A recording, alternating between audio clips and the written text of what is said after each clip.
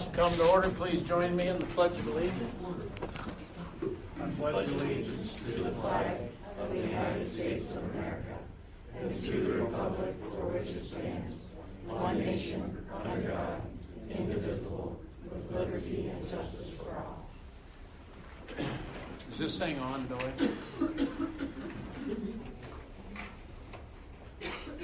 Okay. What's that? No. Yep.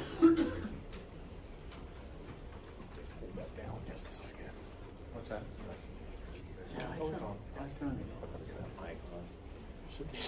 I didn't think I heard anything. There you go. Yep. Okay. All right, Mandy, could you please call the roll? DeYoung. Here. Rangerhorse. Here. Carlstone. Here. Sporer. Here. Hopkins is in the process of calling it. He has not joined yet. Okay. All right, can I get a motion for approval of the tentative agenda? So moved. Support. Vanderhorst, Sporer, any discussion? Okay, all in favor, please say yes. Opposed, no. Mandy, please call the roll. Rangerhorse. Yes. Sporer. Yes. DeYoung. Yes. Carlstone. Yes. Motion passed. Okay, opportunity for public forum. Anyone wishing to address council regarding agenda items, please come forward to the mic, state your name and address. Try to limit your comments to 3 minutes. Ann Summit, 1435 Hazel Street here in Pella.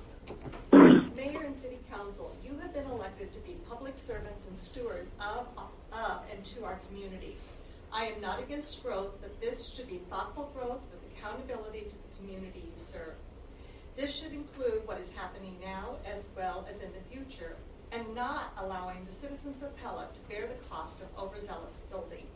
All debt, be it in bond issues, tips, loss tax, etc., is exactly that, debt. It will need to be paid back one way or another.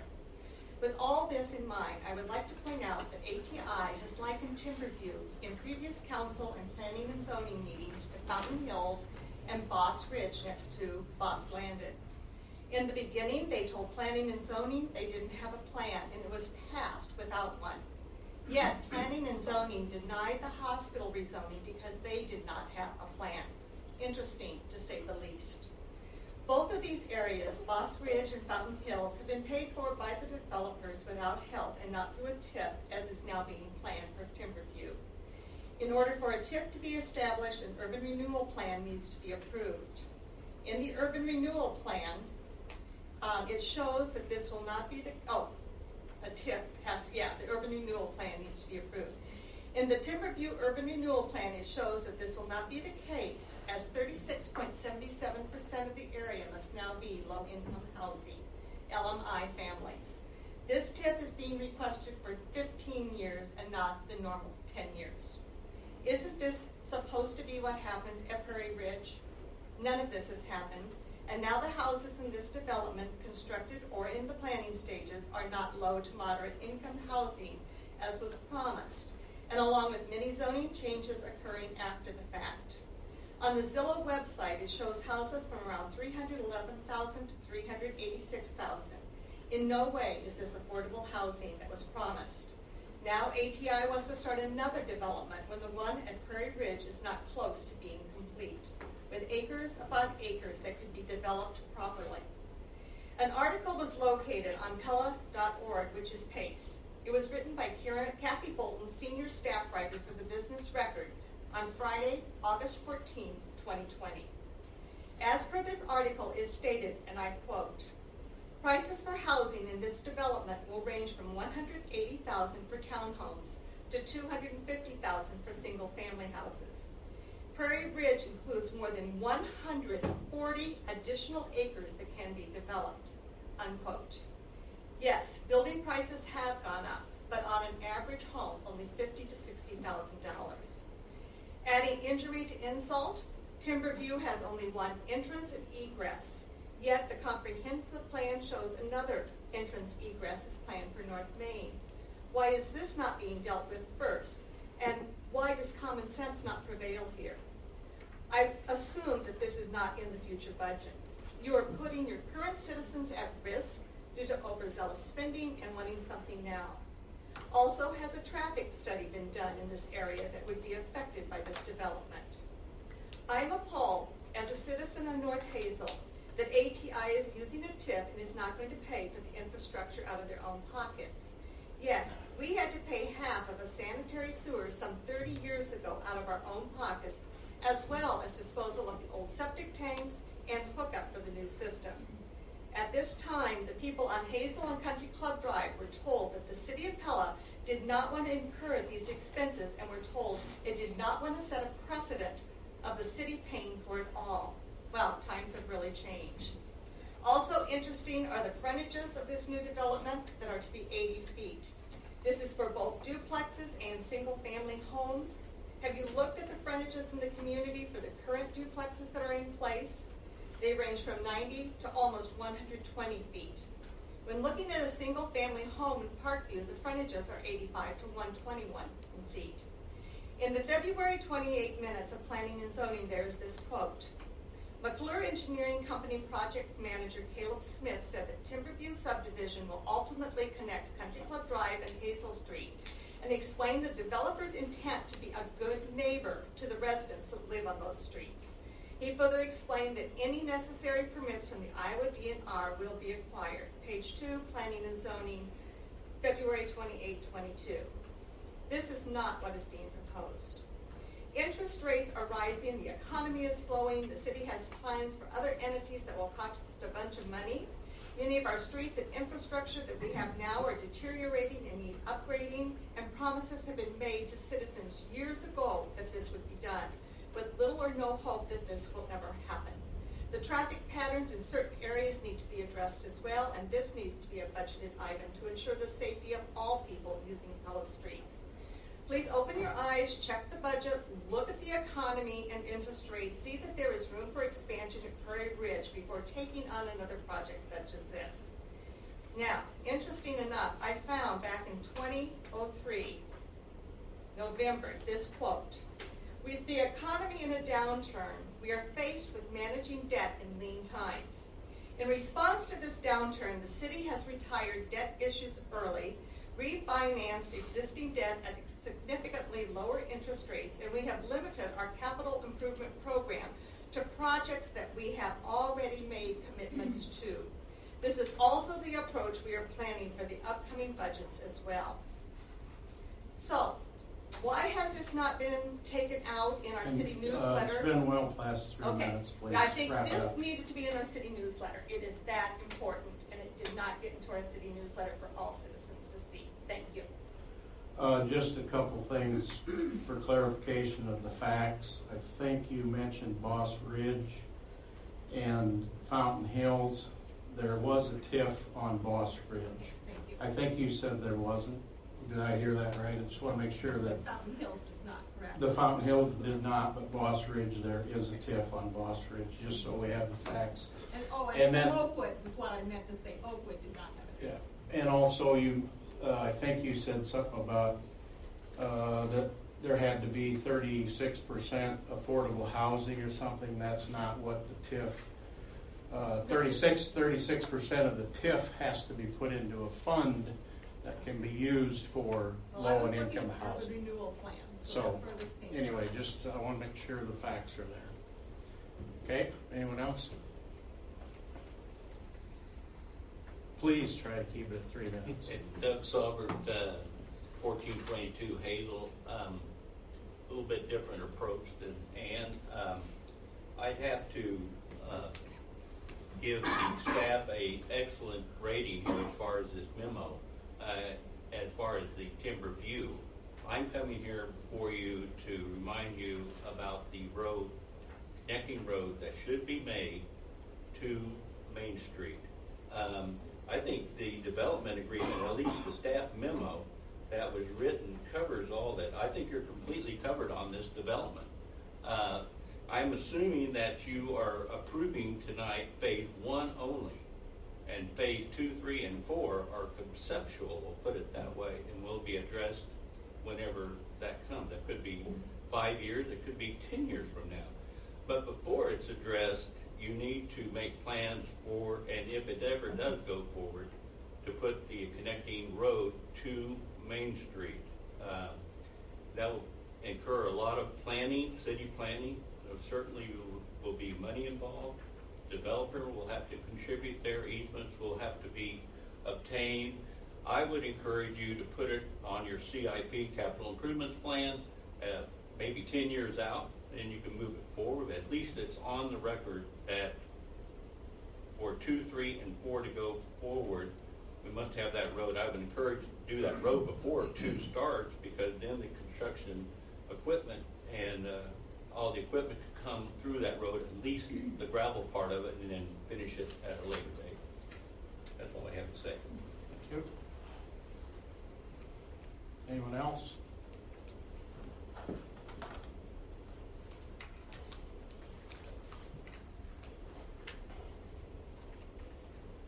Sounds like there's a lot of decisions to be made Who, in this can you town. please tell us who you are and where you live?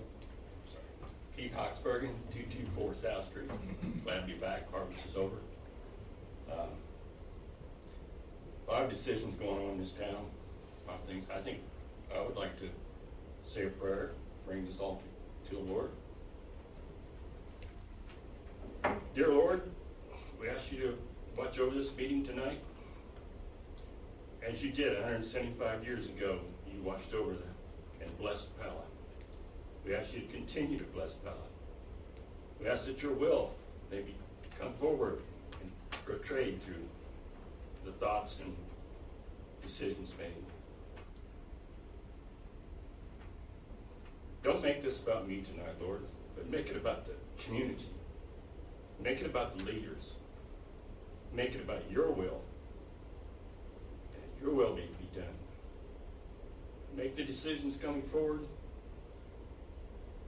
Make them yours. And help us to be guided by that. And not decisions to benefit ourselves, but to benefit others. Most of all, Lord, we ask you decisions to benefit the children.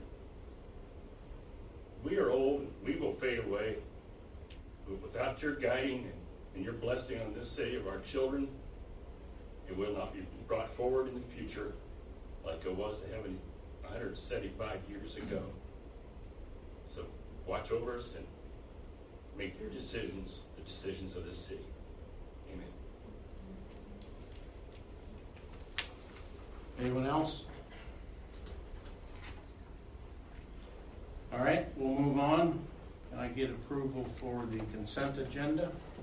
So moved. Support. Young, Branderhorst, any discussion? Okay, all in favor, please say yes. Opposed, no. Mandy, please call the roll. DeYoung, Yes. Vanderhorst. Yes. Carlstone, Yes. Hopkins, Yes. Score. Yes. Motion passed. All right, moving to public hearing on the proposed Timber View Urban Renewal Plan. Mike?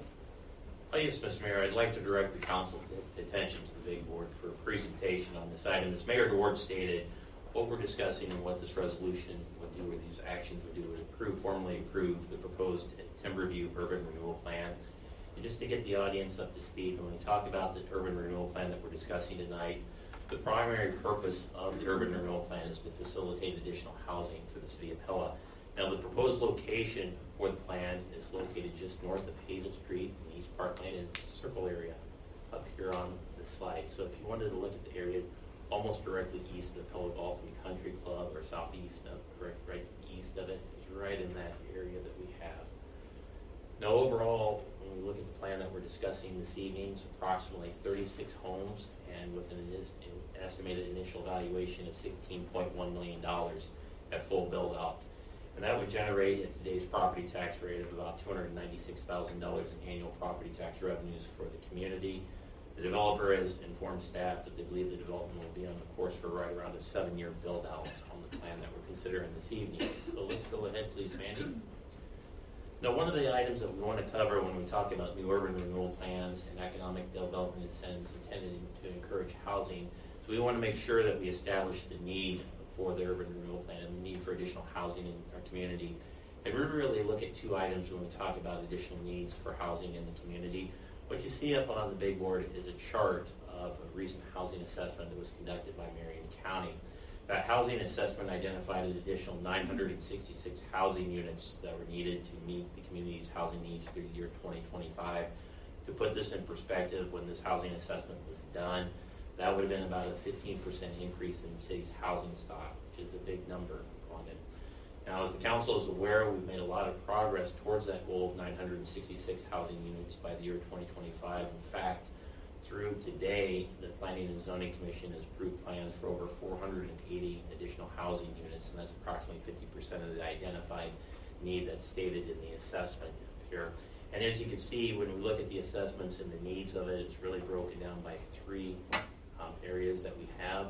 Here, the housing for purchase up here, that's your traditional single-family homes, was right at 340. Rental housing was at 317.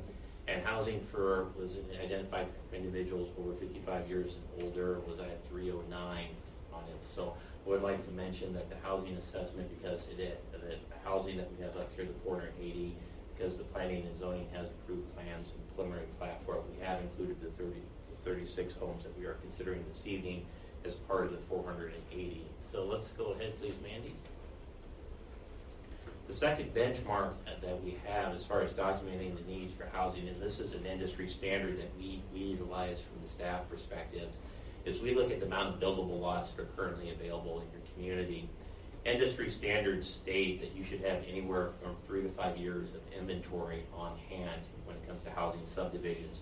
And the reason for this is it takes a significant amount of lead time to build a new housing subdivision. It takes approximately 2 years. Now, what we have listed up here on the big board is the items that typically are completed within that 2-year time period. Usually developments require extensive engineering for residential subdivisions. They typically have to go through the city's legislative process, which we're currently in the process with the timber review development. And typically, the legislative process and the engineering takes about a year. And then when you look at constructing the public improvements, that's a separate construction season. So that's how we get to the 2-year time period. Now, if you were to look at the typical building permits, and on the high side of building permits that we issue in the City of Pella, typical year we're probably right around 25 to 30 single-family homes on it, but we have been as high as 60 homes. If you took those industry standards and went even on the low side for your highest amount that you would issue of 180, this states that we should have between 180 to 300 lots in Pella, buildable lots, to continue to meet demands. Currently, we have 111 buildable lots within the community. So considering the additional housing that we have tonight, there's really two sources that we feel justify the need for this additional housing. That's the Marion County Housing Assessment, and that's also the buildable lot inventory that the city currently has on hand with that as well. And as a result, we believe that additional housing is needed in the City of Pella. So let's go ahead, please, Mandy. Now, as far as the urban renewal plan, one of the items that we need to make sure of is that the plan identifies with the city's comprehensive plan. As the mayor and council are aware, when we talk about the city's comprehensive plan, it identified the need of additional housing for the community as a key strategic goal on it, and it identified additional housing was needed for all types of housings, and that was later confirmed by the Marion County assessment. Now, the plan that we are considering this evening contains both single-family detached and single-family attached housing products on it.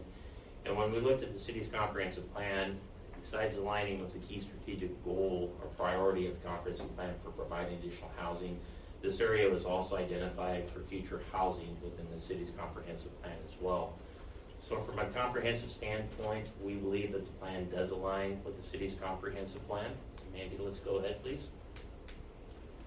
Now, as far as the plan itself, I'm going to jump around a little bit in the presentation here, but basically when we look at this area up here, the purple area is the plan that we have. And later on, when we consider the development agreement, we'll take a look at the specific plat for phase 1 of the development. But generally, when we take a look at this purple area, it's the initial phase 1 of the development. So we're taking a look at 36 homes. Also included when we get to this issue during the development agreement is including 1 lot that will be dedicated to the city as far as a proposed park in the future. Now, when we look at items that we have for the urban renewal plan and what we are including, in addition to the roads that we'll be covering later on in the development agreement that we have up in the plan, the on-site public infrastructure for the roads of the plan is about $2.5 million. So, Mandy, if we could go to slide 10, it may be a little bit easier to see. But if we were to look at just phase one of this development, what we're considering this evening, which is this black highlighted area, the 36 homes are in here. The streets and the infrastructure that we're talking about this evening with urban renewal plan total $2.5 million for on-site public infrastructure on it. And that, from city staff's perspective, is probably the number one impediment when we talk about new residential housing subdivisions and encouraging developers to build new residential housing subdivisions, is the cost of the public infrastructure. So please keep that in mind. Mandy, let's go ahead and go back to the presentation on the urban renewal plan. So in addition to the public infrastructure that we have under here with the proposed development agreement, we've also included, looking in the future, a portion of East Park Lane that's in the city limits. And the reason why we've included that is East Park Lane is currently a gravel road on it. Our staff's belief is at some point in time that road will need to be upgraded to an urban street and that. And so we've included the estimated cost to do that, and we believe it'd be about $1.3 million in today's dollars. Now, typically what we also do in urban renewal plans is we also state future development agreements. There's none known at this time. The reason we mention those is it gives the council flexibility in the future if something arises in the future, but it also prevents costly amendments, specifically legal fees and amending an urban renewal plan if the development agreement does arise in the future as well. So in addition to that, we also included planning, engineering, and attorney fees of not to exceed $20,000 as well. So Mandy, let's go ahead, please. Now, as part of the process, we also notified the other taxing entities that would be affected by the urban renewal plan. And under Iowa law, we were required to hold a consultation that we would directly address any questions. And those entities are typically Marion County and the Pella Community School District. We held the consultation on October 20th, and we did not receive any comments from either entity.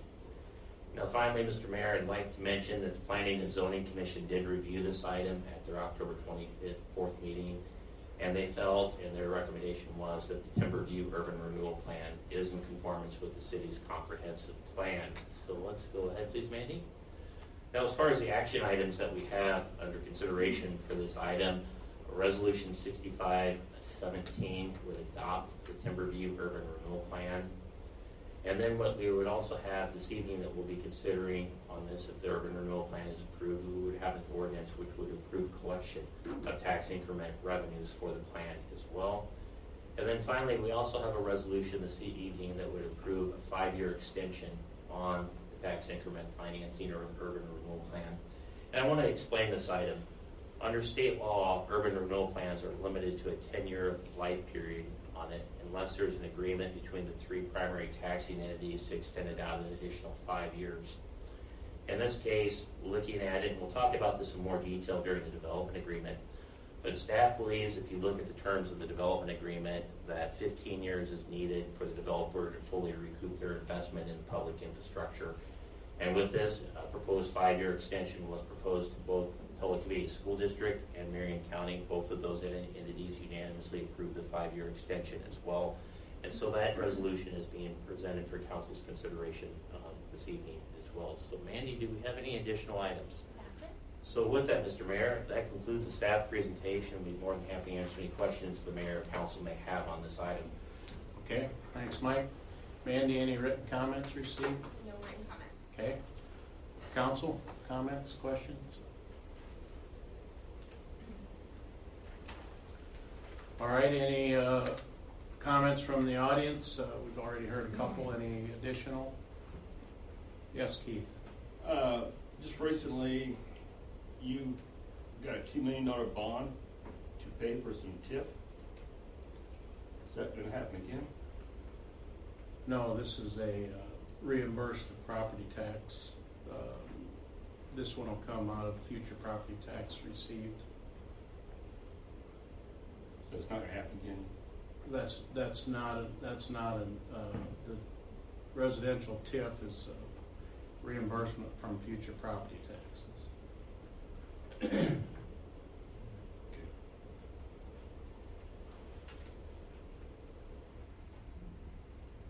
Anything else?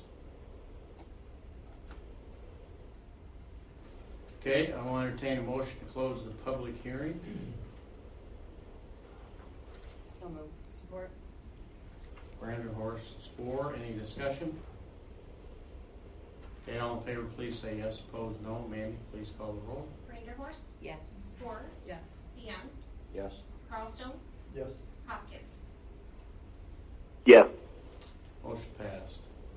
Okay, resolution number 6517, entitled Resolution Determining an Area of the City to be an Economic Development Area, and that the rehabilitation, conservation, redevelopment, development, or a combination thereof of such area is necessary in the interest of the public health, safety, or welfare of the residents of the city, designating such area as appropriate for urban renewal projects and adopting the Timberview Urban Renewal Plan.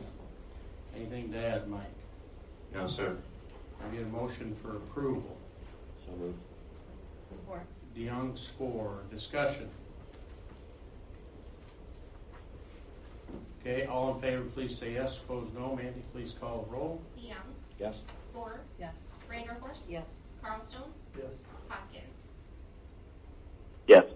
Motion passed. Moving on to ordinance number 1022, entitled, an ordinance providing that general property tax levied and collected each year on all the property located within the Timberview Urban Renewal Area in the City of Pella, County of Marion, State of Iowa, by and for the benefit of the State of Iowa, City of Pella, County of Marion, Pella Community School District, and other taxing districts be paid to a special fund for payment of principal and interest on loans, monies advanced to and indebtedness, including bonds issued or to be used incurred by the city in connection with the Timberview Urban Renewal Area. The Timberview Urban Renewal Area Plan. This is first reading. Anything to add, Mike? No, sir. Need a motion for approval. Move to place on first reading. DeYoung, Support. Spore. Any discussion? Okay, all in favor, please say yes. Opposed, no. Mandy, please call the roll. DeYoung, Yes. Spore, Yes. Reindeerhorst, Yes. Carlstone, Yes. Hopkins. Yes. Motion passed.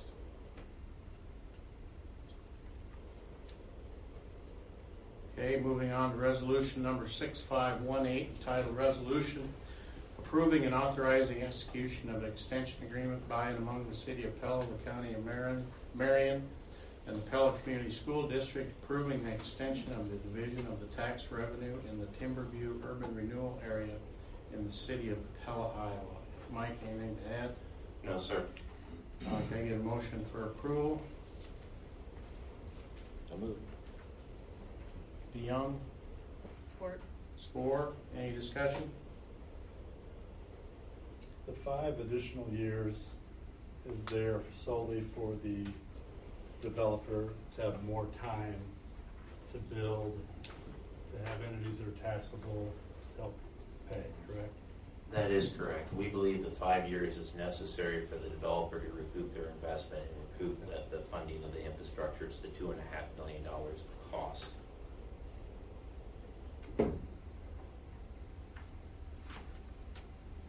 Any other questions, comments?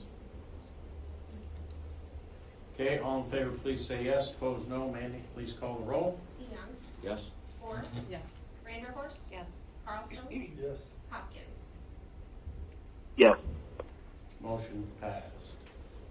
Okay, we're going to move on to a public hearing on the proposal to enter into a development agreement with Pella Timberview LLC. Mike?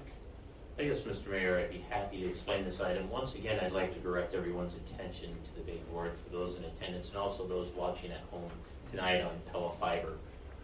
What we have this evening, as Mayor DeWard stated, is a resolution which would approve a formal development agreement with Pella Timberview LLC.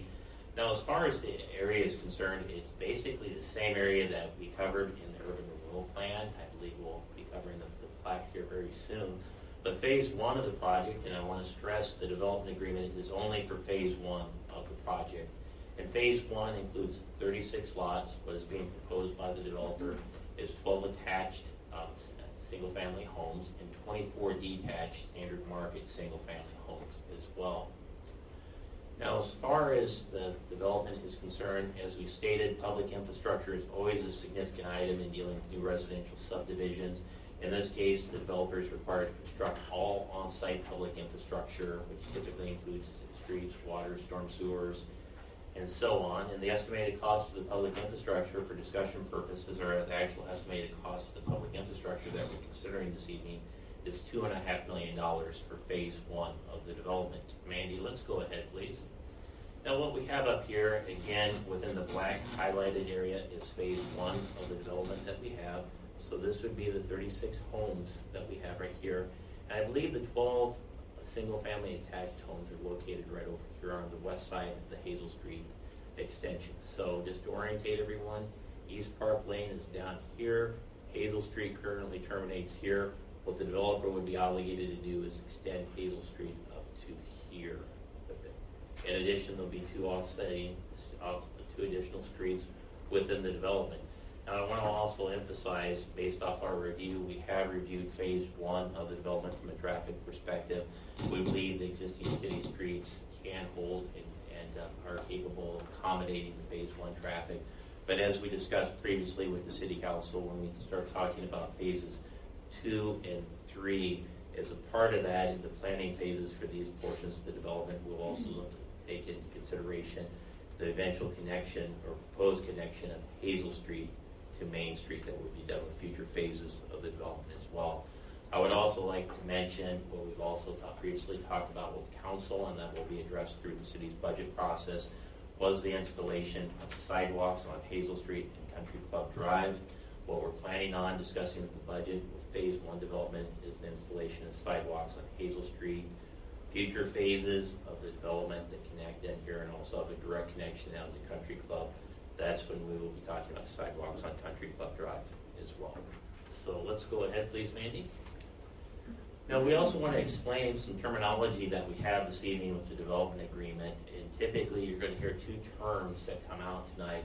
One of them is the rebate of what's called tax increment financing revenues. And to oversimplify things, what a tax increment financing revenue is, very commonly referred to as a TIF rebate. That's approximately 80% of the property taxes that are paid on the property. Under Iowa law, the cities, if we do approve a development agreement, we can rebate back the TIF portion of the revenue received or the property taxes received to the developers. However, the taxing entities still have a right for the new incremental valuation to receive their debt service levy on the new increment as well. So that's typically the difference between the full property taxes and what we commonly refer to as TIF. Now, one of the items I want to make sure that we also understand and why it's challenging under Iowa law for developers to build new residential housing developments. We've already talked about we're basically proposing to rebate up to 80% of the property taxes received back to the developers. There's also an additional requirement under Iowa law that states whatever the TIF award is, the city has to set aside an equal amount of up to 36%, in our case in Marion County. That's the percentage of residents in Marion County that are identified as low and moderate income. So from what happens is the developer does not have access to the whole TIF rebate.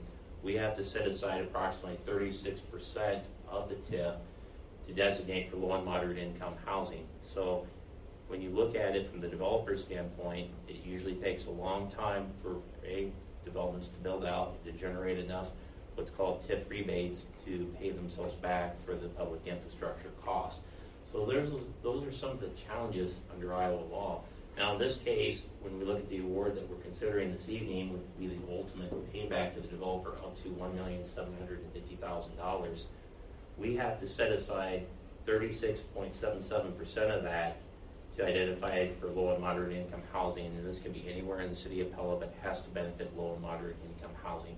So it'll be a very nice luxury for the city council in future years from the development, but that's a key item any time you negotiate with developers is the LMI requirements. So please keep that in mind when we're talking about development agreements and also encouraging developers to build. There's a couple big obstacles, or challenging obstacles is probably a better terminology in building new residential subdivisions. So Mandy, let's go ahead, please. Now, as far as what's being proposed this evening, if you recall, we stated public infrastructure is right around $2.5 million. Through negotiations with the developer, what's being proposed is a reimbursement of about 70% of the public infrastructure costs. So from a developer standpoint, what we're talking about is total rebates, paybacks to the developer of $1,750,000. That is consistent with what we did for both the Boss Ridge subdivision as well as the Harvest Investment subdivision. That's the investment, that's the housing subdivision that's literally right smack dab in the middle of the Boss Lawn and Golf Course on it as well. So both of those developments were right at the 70%, so it's consistent from that standpoint. In addition, it is also important to note that the developer, in order to qualify for economic development incentives, they have to build the infrastructure to city standards, and they also have to dedicate the street to the City of Pella to be eligible for that reimbursement here. In addition, when we look at the homes that are being built this evening, the developer is also going to be required to agree for a minimum assessment agreement on each home. So when we talk about the minimum assessment agreement, for the single-family homes, it's identified as $400,000 under the terms of the development agreement, and $350,000 for each single-family attached homes. And we'll explain the need for that here very shortly. In addition, the developer is also going to be required to dedicate a future lot for a future city park within the Phase 1 development. And we'll show that once again, wherever that lot is being proposed at. So Mandy, let's go ahead, please. Now, if the development agreement would be approved tonight by the City Council, what we've outlined up on the screen is how the developer would be reimbursed. And they'd be reimbursed in 2 phases. So from the developer standpoint, they would receive a big benchmark grant of $500,000 would be paid to them when the Phase 1 plan is approved and the infrastructure for Phase 1 is dedicated to the City of Pella. So they'd be eligible for a $500,000 payment from the city that would occur within 90 days. In addition, when we look at the total rebate back to the developer of $1,750,000, that would be paid from TIF rebates that would be generated within the development on that as well. So in explaining this, under the terms of the development agreement, the first $500,000 in TIF revenues that are generated by the development would be repaid by the city. So that would be our $500,000 reimbursement. Once the city has completely repaid its $500,000 benchmark grant, the developer would be eligible for the remaining TIF rebates under the terms of the development agreement on it. And hence, when we look at the minimum assessment, we said that the developer is required to sign a minimum assessment. That's a mechanism we use to ensure that the city will be paid back our $500,000 benchmark grant on it as well. So with that, that is the reasoning for the minimum assessment. So Mandy, let's go ahead. Oh, that's it. Okay. I want to go back to slide number 10, if we could, to regress for just a minute. Now, as far as the city park, and I'll look for guidance here, Jeanette and Jerry, correct me if I'm wrong, but I believe the proposed city park would be located right here at the lot dedicated for it, so it would butt right up on East Park Lane on that as well. So once again, the developer is required to build all public infrastructure, $2.5 million. The development is 36 proposed homes for the new development, and they are required to dedicate a lot for a future city park to the City of Pella. So with that, Mr. Mayor, I believe that concludes our presentation, and we are recommending approval of the development agreement as submitted this evening. All right, thank you, Mike. Any written comments? No written comments. Okay, council comments, questions? Did I hear you right, the sidewalks on existing Hazel are going in with the infrastructure on that? Just to clarify, Councilmember Carlstone, the development agreement pertains to everything on site within the development property. What we're mentioning is prior direction from the City Council when we discussed this development, identified the need for sidewalks on Hazel Street. We just wanted to simply make sure that council was aware when this would be discussed again. We're planning to present it for approval as part of the city's annual budget process. Those budget work sessions will be scheduled in February of 2023, so when you'll see additional discussion on it. We just wanted to make sure, since Phase 1 primarily impacts Hazel Street, that's when we'll be talking about installation of sidewalks on Hazel Street. Future years, when we look at Phases 2, 3, the bigger issue would be the potential connection to Main Street here of Hazel Street. But in addition, when we look at these phases, we'll also be considering sidewalks on Country Club Drive as well.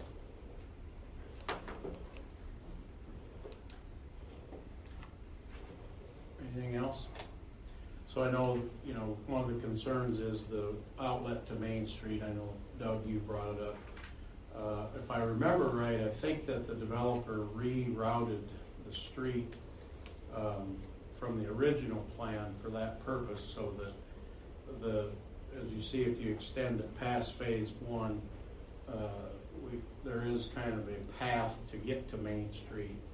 And every discussion we've had has been beyond phase one that would have to be done. So we have talked about that, and the current structure of the road would allow that to happen, get over to Main Street. So yes, that's very important if additional phases are proposed or constructed. Anything else, council? Audience? Comment? Question? Yes. LMI, is that gonna be apartment houses or individual houses or duplexes? What are you thinking? My understanding is that it's a fund. This all goes into a fund, and we already have other projects that are contributing to the fund, but it's got to be used for low to moderate income housing within the city limits. So- What that is, I don't know. That we don't have the money yet, so we're building this fund, and city council will have to decide what to do with it when it gets there. Yes, So it could be an apartment house. possibly, I would assume. Yeah, yeah.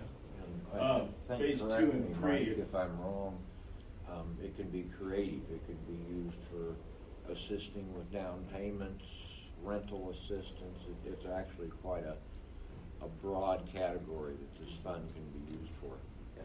I would like to state both the mayor and councilmember Young are correct in that is we will have a sizable fund in the future from all the additional housing that is currently being built right now on it. And also the council will have to approve a program for our LMI funds in the future. But as the mayor stated on that, right now it's not very significant to do a program out of. And also as councilmember DeYoung stated, the council has a considerable amount of latitude on flexibility in designing an LMI program. So all future good points of discussion. When do you think you're gonna start planning the LMI? Meaning some money's coming in and everything already, or Well, I is it gonna think parallel this? I think that Boss Ridge her funds. I think that's the only project that we've had so far that money is coming in, but it's pretty small at this point. So Have you started any program with her? no, we don't have No any, committees? we don't have a fund yet. It'll take a few years to build up this fund. This is a 15-year project where the money will come in for the next, only after all the houses are built. So, we're talking a couple of years before it's probably started. So. Phase 2 and 3, then, are those all duplexes? No, I don't know. Kind of looks like it, right? I don't know, and we're only looking at phase 1 right now. So That's a concept plan from the developer. That'll have to be determined in phases 2, 3, and 4. So Yeah, how many vehicles you project coming out of there on phase 2 and 3? Houses? we'll have to take a look at it. Oftentimes in dealing with developers, things change, and it's usually based on market conditions at the time. So when the developer indicates a desire to commence phases 2, 3, and 4, we'll examine that to make sure we have the latest plans down. That way our traffic analysis matches that at the time. yes, I know this was a concern maybe even 6 months to a year ago of the existing houses on Hazel and Country Club Drive. Is that satisfactory buffer for what they were wanting between them and the duplexes? I know they were concerned about having the duplexes so close to their houses and lowering their value or whatever. Has that been considered? Has anybody had any comments on the 2-lot buffer, or would they maybe want more? I'm just throwing it out there for something for city council to think about. I know that was a big concern for a lot of people that showed up to discuss that. I didn't know if this is set in stone the way it is, or if there's still discussion there. well, just explain the plating process where we're at. I know this isn't the final plat. So. No, we haven't considered the final plat, I believe, for that. And so, Please also keep in mind on these homes that are being built, the single-family homes, which are most of the development here on the east side of Hazel Street, they have a minimum assessment of $400,000. The single-family attached is $350,000 per housing unit on it. So with it, our assumption is they're going to be very nice homes in this development. I mean, they have to build a product that has that minimum assessment. That is correct. If they don't, what's the consequence? On that, it has to If be. they put a mobile home Yeah. duplex on there, if there's such a thing, Well, and it doesn't appraise it. They have a lot of incentives under the terms of the development agreement to comply with the development agreement. Keep in mind, the developer is going to have to expend $2.5 million in infrastructure on this. And technically, if you violate the minimum assessment, you'd be held in breach or default of the development agreement. At that time, the city has a range of options. Number one would be the repayment of the tax increment finance rebates on it as well. So from staff's perspective, we believe the developer will be encouraged to meet those minimum assessments on it as well. And that's also something that the independent, the Marion County assessor would have to assess the homes at that, but it's a requirement. So the comment is the homes would have to be built to a certain quality and grade to achieve those assessments on it as well. Which may end up helping the nearby homes. Excuse me? Would that end up potentially helping the nearby homes value? I don't know. I think more the assessments comment are was nearby. is that the single-family homes or the single-family attached homes, the minimum assessment is $350,000 per housing unit. So we believe that they will be nice homes in the development. Anything else? All What right, was, what was the assessment on the Prairie Ridge homes? Were those $350,000 homes too? there was no minimum assessment on those.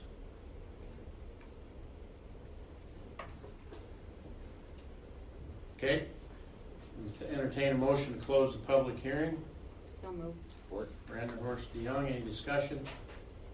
All in favor, please say yes. Opposed, no. Mandy, please call the roll. Reindeerhorst? Yes. DeYoung? Yes.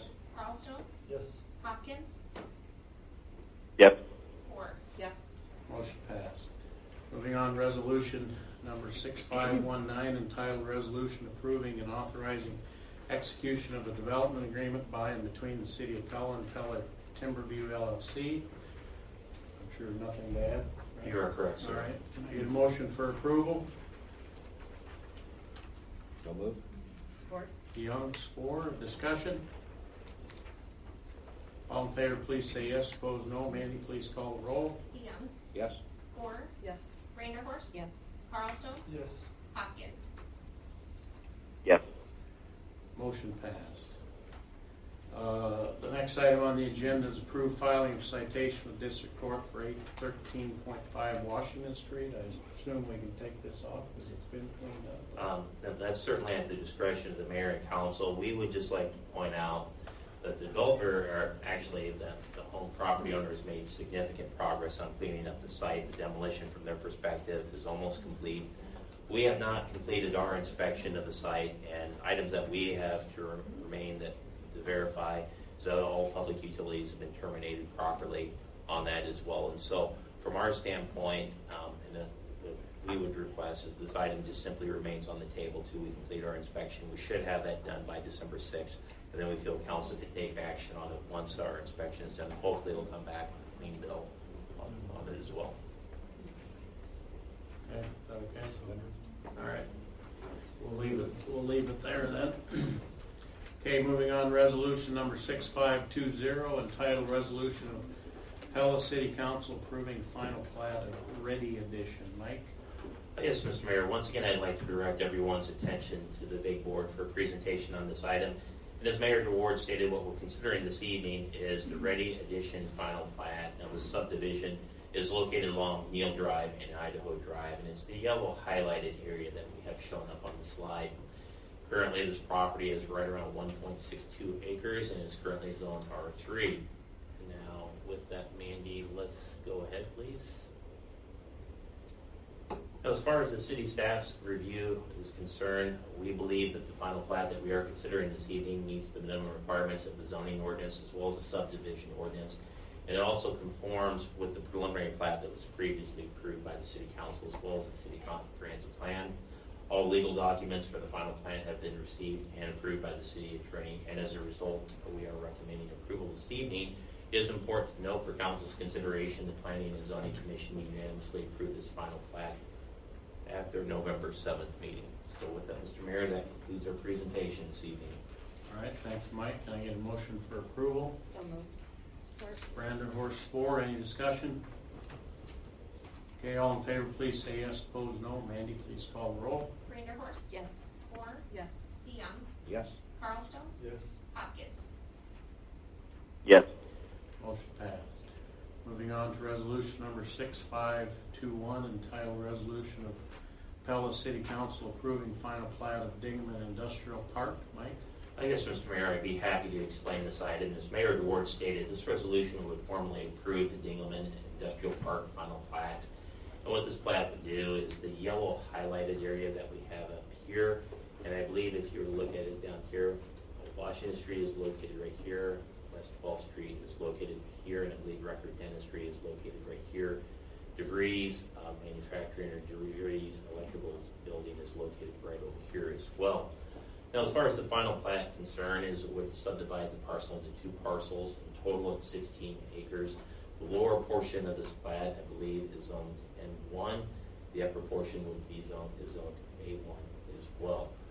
So it is important to note that council did approve the preliminary plat for the development on our May 17th meeting. Mandy, let's go ahead, please. Now, as far as the differences between the preliminary plat and the final plat that we're considering this evening, is we believe that the proposed final plat we are considering is in conformance with the approved preliminary plat that council has previously approved for this development.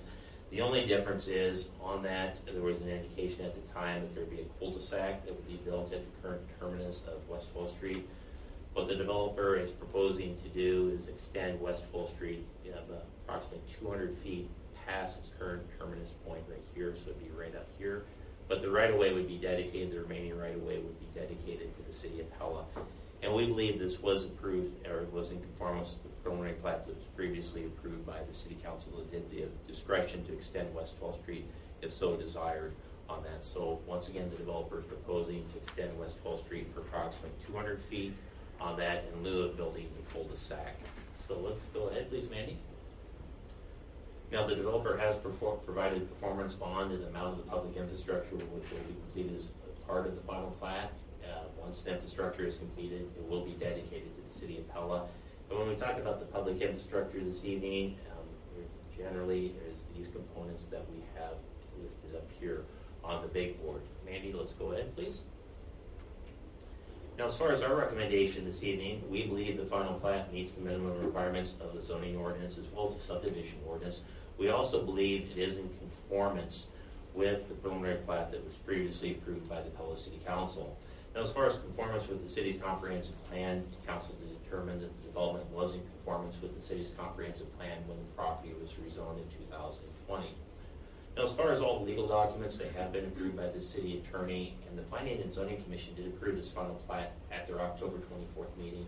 And Mr. Mayor, from the staff recommendation, we are recommending approval of the final plat as presented this evening. Okay, thank you. Mike, can I get a motion for approval? So moved. Support. Vanderhorst DeYoung, discussion. Jeff, is this what you're envisioning? We're good. Okay. So are we. Let's vote. Okay, all in favor, please say yes. Opposed, no. Mandy, please call the roll. Vanderhorst. Yes. DeYoung. Yes. Carlstone. Yep. Hopkins. Yes. Spore. Yes. Motion passed. Moving on to resolution number 6522, entitled Resolution Accepting Water Main Public Improvements for Eagle Electric's Facility Site Plan. Mike? Yes, Mr. Mayor, I'd be happy to explain this item on here. And what this resolution would do is accept 920 linear feet of an 8-inch water main and 2 fire hydrants. Now, these public improvements were installed by Mr. Bruce Ebal as part of his site plan for his development that was located along 218th Place. And just to orientate everyone, 218th Road is right here. Washington Street would be down at the lower portion of the slide. The Walmart subdivision is located right over here.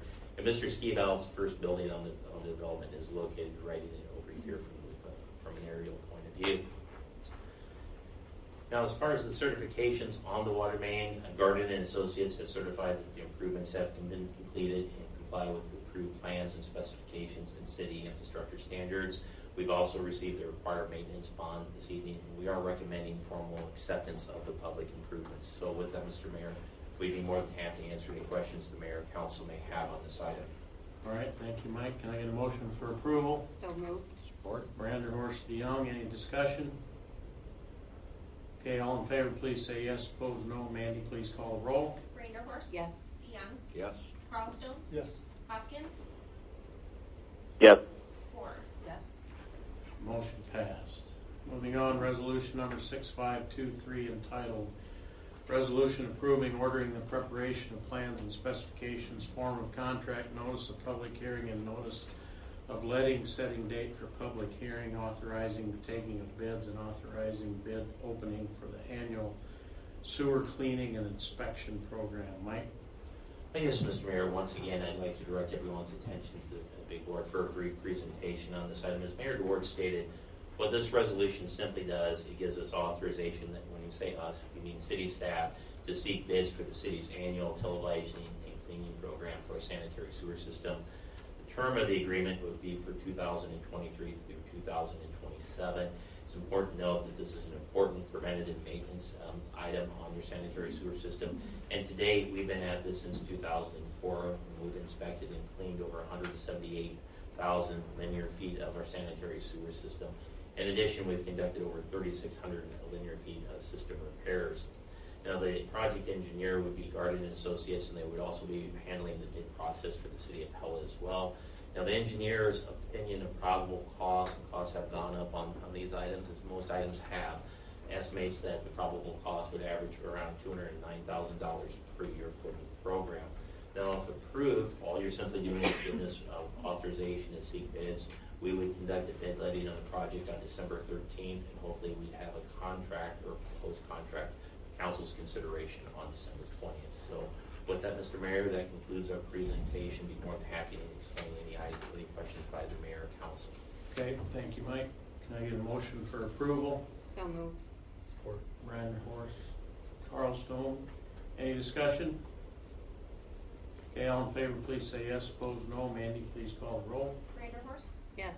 Carlstone. Yes. Hopkins. Yes. Ford. Yes. DeYoung. Yes. Motion passed.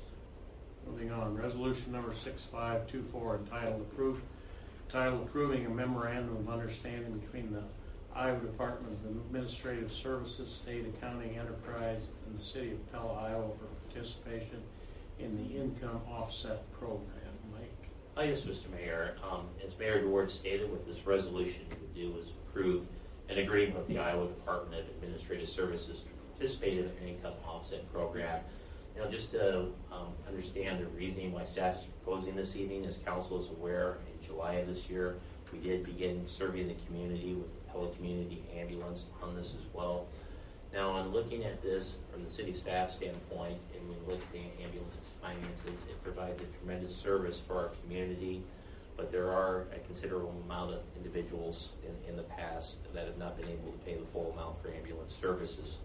So what we're proposing to do for any outstanding debt that would be owed, that would be non-Medicare or Medicaid patients, we would utilize the Iowa Income Offset Program, and in essence what this simply does, if there's an outstanding debt to the City of Pella's ambulance service, that's in accordance with the details that we have listed up here on the big board.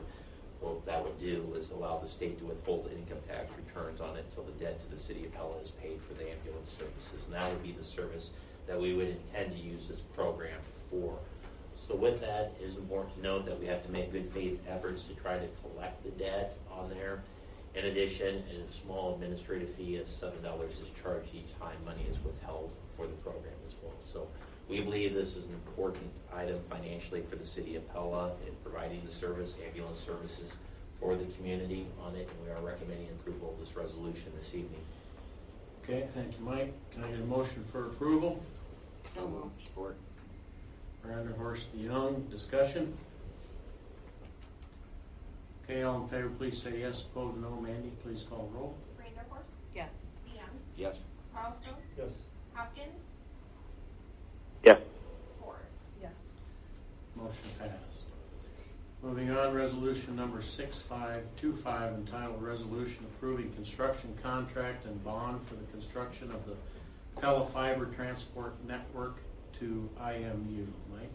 I guess, Mr. Mayor, I'd be happy to explain this item. As Mayor Ward stated, what this resolution would do would approve a contract and performance bond for the transport line that's being proposed that would connect the City of Pella's fiber utility to Indianola Municipal Utilities. Now, the contractor in this case with this, when we held the bid meeting, was Kramer Service Group. They submitted a bid of just over $1,838,000 to build a 44-mile transport line that would connect the central office of Pella Fiber to Indianola Municipal Utilities. A little bit of background on this. We currently lease a backup transport line from a third-party provider for it, and the reason we lease this is in case our primary line that we own, which is 34 miles, goes down, we have a backup for this. Indianola does the same. What we're proposing to do is build a transport line that would connect the utilities. We both share the same internet service provider, which is Cedar Falls Utilities. So instead of leasing a transport line, we would each share ownership in a joint line with Indianola. Benefits the city, Indianola Municipal Utilities. It benefits the City of Pella as well. Now, the cost of the line is $1 million, or the contract bid amount was $1,838,000. Under the terms of our agreement with Indianola, each party is responsible for 50% of the project cost. It is important to note the city attorney has reviewed the documents that we are considering this evening in the proposed contract.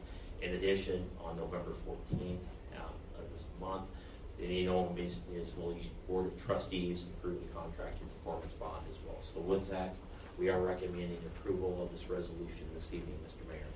Okay, thank you, Mike. Can I get a motion for approval? So moved. Support. DeYoung, Brandenhorst, any discussion? Okay, all in favor, please say yes. Opposed, no. Mandy, please call the roll.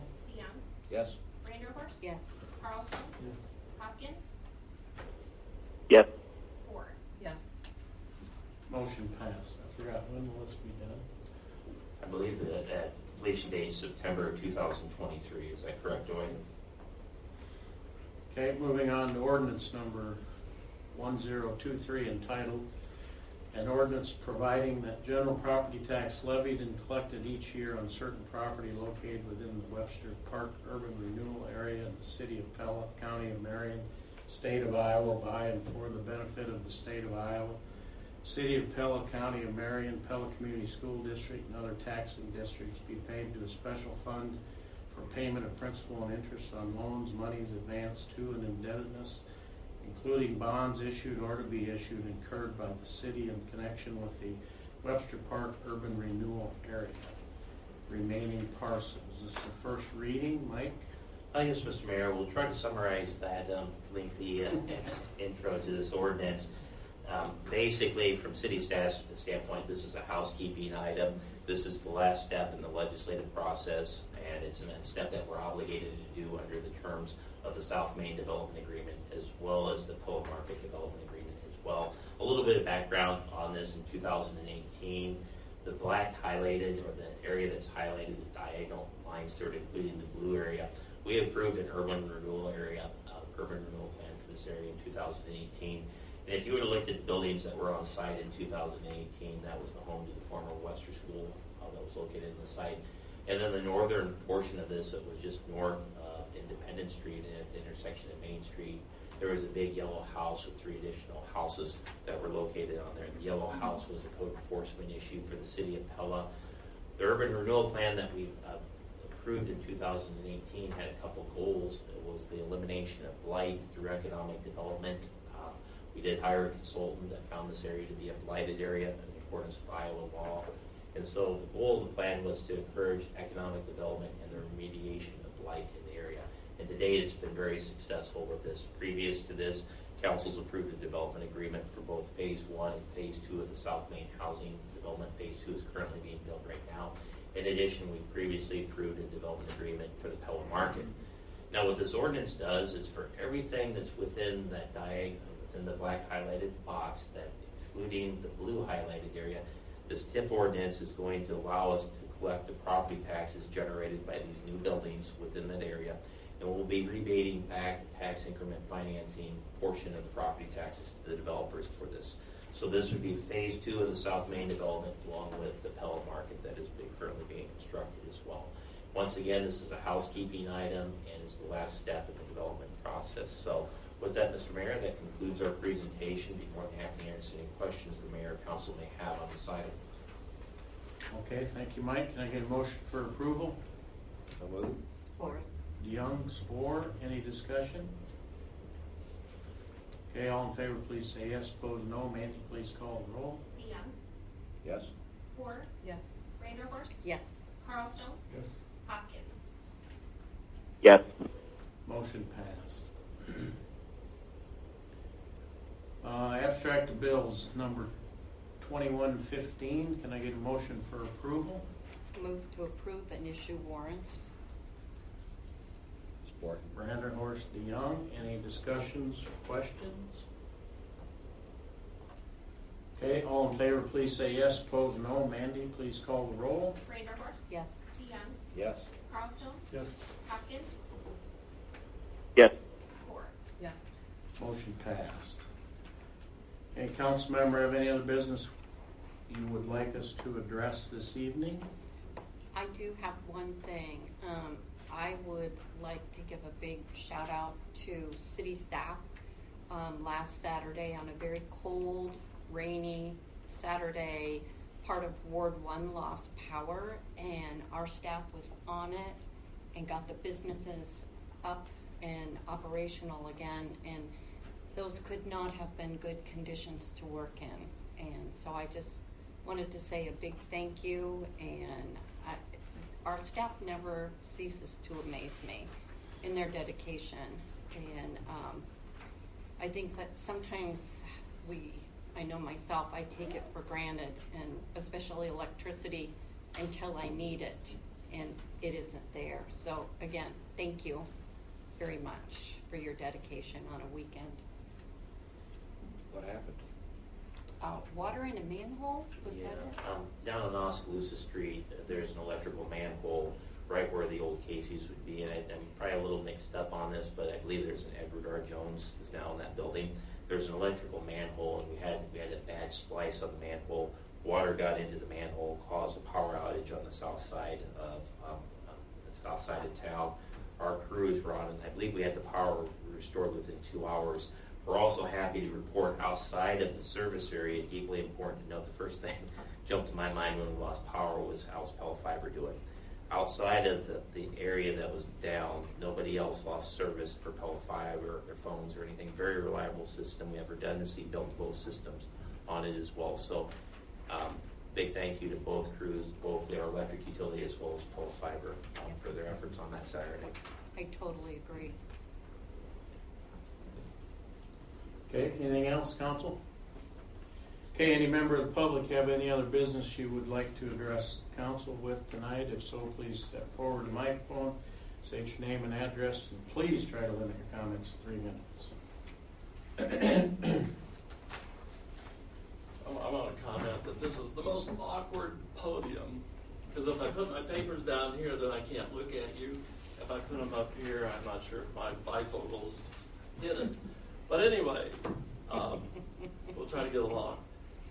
We got to get along, right? So tonight, I want to bring up to your attention a book that was recently acquired at our public library called The Last Night at the Telegraph Club. What does that sound like? Pretty benign, I guess. But if you go to this book rating system called booklooks.org, you'll discover that this book is not recommended for minors. And they give a pretty good review of it. I'm going to pass a copy out for each of you, and along with the rating system. And in the rating system, it said the ratings described here are based solely on content that has been legally and statutorily categorized as explicit, offensive, or obscene, similar to what is done for other media ratings such as motion pictures, television, and video games. They do rate the books taken as a whole, because I know that's been a point here. It's got it as a whole. And so for an example, they say a good example of this is that To Kill a Mockingbird contains terrible instances of racism that would fit well into the minor restricted number 3 rating. However, taken as a whole, the book has a positive narrative rebuking racism and contains significant historical value. Therefore, they've given it a 2 rating. So this book, and what you'll get here is a printout in color. There's no pictures, just the cover of the book, and then a couple of pages of the different portions of the book that are offensive and have drawn them to a 4 rating and not for minors. I don't know where it's shelved in our library, but the point is that it's accessible to anybody that wants to check it out. So I find this an interesting crossroad here. Many of you have found, many people find nothing wrong with this type of material, but on the other hand, many people object to letting minors read this material. So, we're at a crossroads here where they're trying to redefine marriage, trying to redefine genders, trying to redefine all kinds of relationships. I think it's interesting that Governor Reynolds said in one of her campaign ads that in Iowa, we know the difference between boys and girls. Well, that's great. I find many people have chosen to worship at the altar of Baal. Now, if you're not familiar with Baal, it was the false idol that the Philistines worshipped, and it included child sacrifice.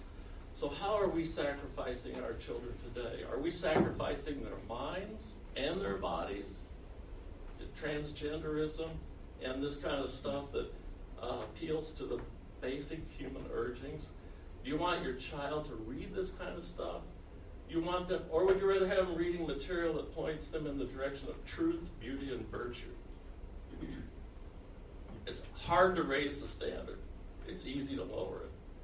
Jesus said in Matthew, "But whoever causes one of these little ones who believes in me to sin, it would be better for him to have a great millstone fastened around his neck and to be drowned in the depths of the sea." Well, for sure, in Pella, we know what a millstone looks like. If you're not familiar, they weigh about 3,500 pounds up here in the Vermeer Mill. And I believe you go down pretty fast. Well, folks, the choice is yours. You have influence. You can laugh at us. You can snicker. You can call us names. I've heard all that. I've heard all of it. But, and this is not a threat, but we're not backing up. We're not packing up. And we're not going to shut up. We've been at this a year. We've gotten 0 cooperation from the library. We've asked, why don't you just restrict access? Oh, we can't do that. You guys don't respond. So, that's the story. We're not backing up. We're not packing up. We're not going to shut up.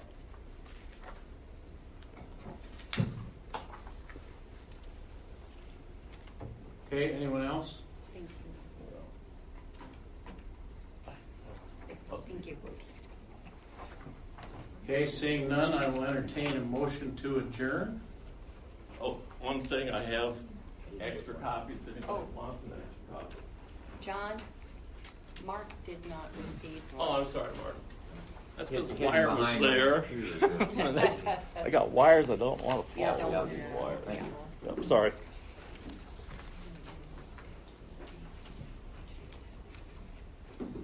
Okay, I will entertain a motion to adjourn. Spore, Support.